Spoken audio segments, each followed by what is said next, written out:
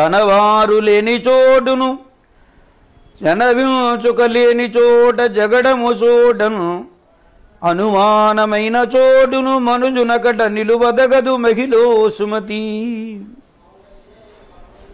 కొందరికి అన్ని విషయాల్లో సాగుబాటు ఉంటుంది, కొందరికి ఏ విషయంలోనూ సాగుబాటు ఉండదు. తన వారైనటువంటి వాళ్ళు నా మనుష్యులు అని చెప్పుకోవడానికి తగినటువంటి వాళ్ళు ఉన్న చోట నివాసం చెయ్యాలి. అలాగనే మన మాట ఎక్కడ చెల్లుబడి అవుతుందో, మన మీద ఏ మనుష్యులైతే ప్రేమగా ఉంటారో ఆ మనుష్యుల మధ్యలో మనం నివాసం చెయ్యాలి. తగువు లేకుండా పరమశాంతంగా ఉండేటువంటి చోటలే తాను ఉండాలి. తనకు అనుమానం ఎక్కడ ఉంటుందో అక్కడ తాను ఉండకూడదు. గౌరవానికి భంగం వస్తుంది అని భావించిన చోట,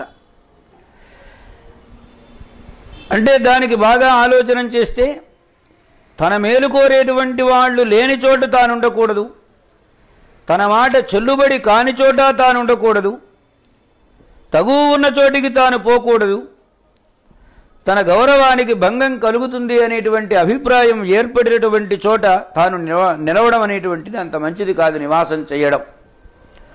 తనవారు లేని చోటును జనవించుకలేని చోట జగడము చోటను అనుమానమైన చోటును మనుజునకట నిలవదగదు మహిళో సుమతి. శతకోటి భానుతేజ అతులిత సద్గుణగణాఢ్య అంబుజనాభా రతినాథ జనక లక్ష్మీ సతిహిత ననుగావు భక్త సన్నుత కృష్ణ. భక్త సన్నుత అంటే భక్తుల చేత కొనియాడబడేటువంటి వాడా. ఎంతమంది భక్తులు, ఎన్ని రకాలుగా! ఓ శంకరాచార్య స్వామి, వేదవ్యాసు, అనేక మంది సృష్టిలో, సృష్టి ఆరంభం నుంచి ఇప్పటి వరకు భక్తులైనటువంటి వారు ఎందరో ఎన్నో విధాలుగా భగవంతుణ్ణి కొనియాడారు, స్తోత్రాలు చేశారు. శతకోటి భానుతేజ, ఒక 100 కోట్ల మంది సూర్యులు ఆవిర్భవిస్తే ఎంత తేజస్సు ఉంటుందో అంత తేజస్సు కలిగినటువంటి వాడివయ్యా స్వామి నీవు. అతులిత సద్గుణగణాఢ్య, భగవంతుని యొక్క గుణగణములను గురించి లెక్క వేయాలి అంటే లెక్క వేయడానికి సాధ్యమవుతుందా? లెక్క పెట్టడానికి వీల్లేనటువంటి, తూకం వేయడానికి సాధ్యం కానటువంటి సద్గుణముల చేత, సద్గుణ సముదాయం చేత పరమ పూజ్యుడైనటువంటి వాడివి, ఎప్పుడు నిండుగా మంచి గుణాలు కలిగినటువంటి వాడివి. అంబుజనాభా, అంబుజం అంటే తామర పుష్పం, తామర పుష్పము నాభియందు ఆవిర్భవించినవాడు. నాభి, ఆ నాభియందు తామర పుష్పం, తామర పుష్పమునందు బ్రహ్మదేవుడు. ఇలా రతినాథ జనక, రతీదేవికి నాథుడైనటువంటి వాడు మన్మధుడు, మన్మధునికి తండ్రి. సాక్షాత్తు మన్మథ అంటారు భాగవతంలో. కనుక రతినాథ జనక, మన వాళ్ళు లోకల్లో అంటుంటారే మామూలుగా సామెత, వాడు కాదు వాడు బాబు వచ్చినా లెక్కలేదంటారు. అట్లాగే మన్మధునకే మన్మధుడైనటువంటి వాడు లక్ష్మీ మన్మధుని తండ్రి వయ్యా నీవు. లక్ష్మీ సతిహిత, లక్ష్మీదేవికి నిరంతరము హితం ప్రియమైనటువంటి వాడివి. ఆమెకు ఆయనంటే చాలా ఇష్టం నీవంటే. కనుక ఓ స్వామి, నీకు నేను నమస్కారం చేస్తున్నాను. భక్త సన్నుతా నన్ను నిరంతరము కాపాడవలసింది సుమా అని ప్రార్థన చేస్తున్నాను.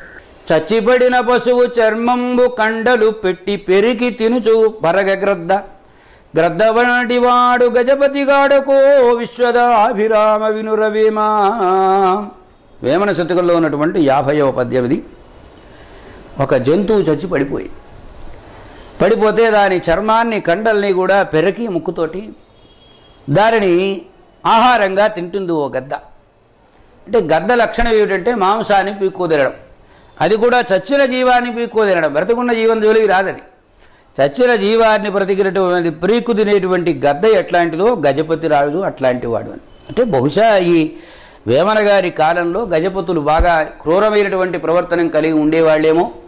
అలా ఉన్నటువంటి ఆ రాజును గూర్చి చెప్పినటువంటి మాటగా దీన్ని భావించుకోవచ్చు మనం.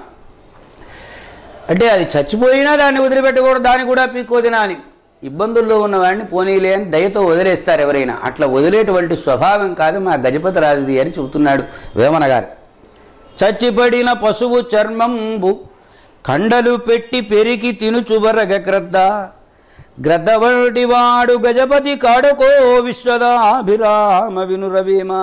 పరుల ధనంబు చూచి, సామాన్యంగా లోకల్లో మనం బజార్ను పెడుతున్నాం అనుకోండి, ఎవరైనా ఏదో పొరపాటున 10 రూపాయలకైతే అక్కడ పడేసుకుని వెళ్ళిపోయినారు, జేబులోంచి జారిపోయింది.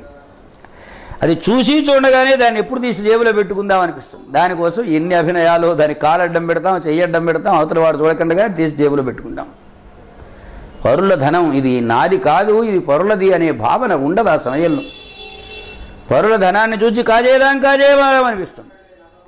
పరాయి స్త్రీలను చూసి ఆశించుదామనిపిస్తుంది, అది హరించుదామనిపిస్తుంది.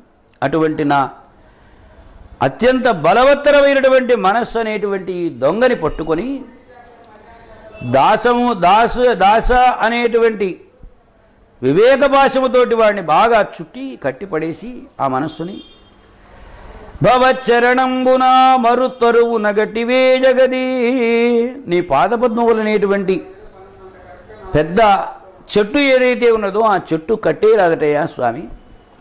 తాళ్లతో కట్టేసి ఈ మనస్సును నీ పాదారవింద సంసేవన రూపమైనటువంటి క్రియయందు గనక సమలగ్నం చేసినట్లయితే అది చాలా ఉపకారం అవుతుంది నాకు స్వామి. ఆ పని చెయ్యవయ్యా శరధనందన కరుణానిలయ.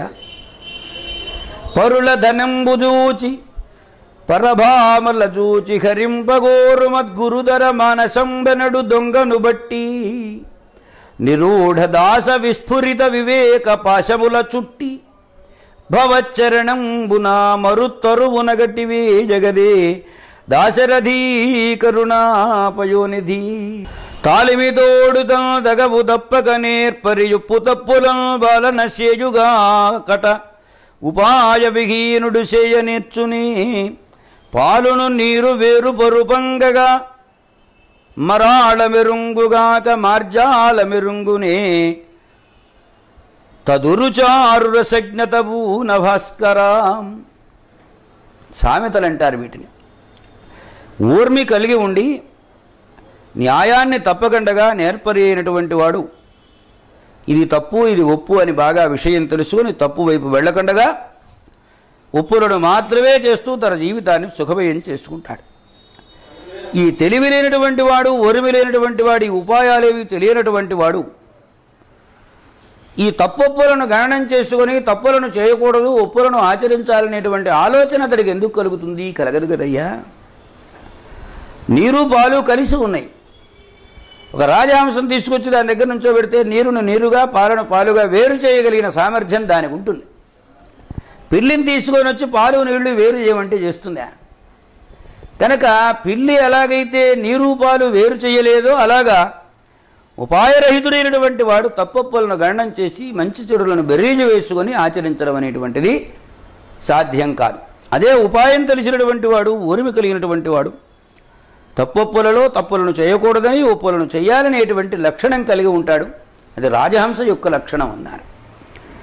తాలిమితోడుతం దగవు తప్పక నేర్పరియుప్పు తప్పులం బాలన సేజగాకట ఉపాయ విహీనుడు చేయనెర్చునే పాలును నీరు వేరు పరుపంగ మరాడ వెరుంగుగాక మార్జాల మెరుంగనే తదురుచారు రసజ్ఞతబూన భాస్కరా.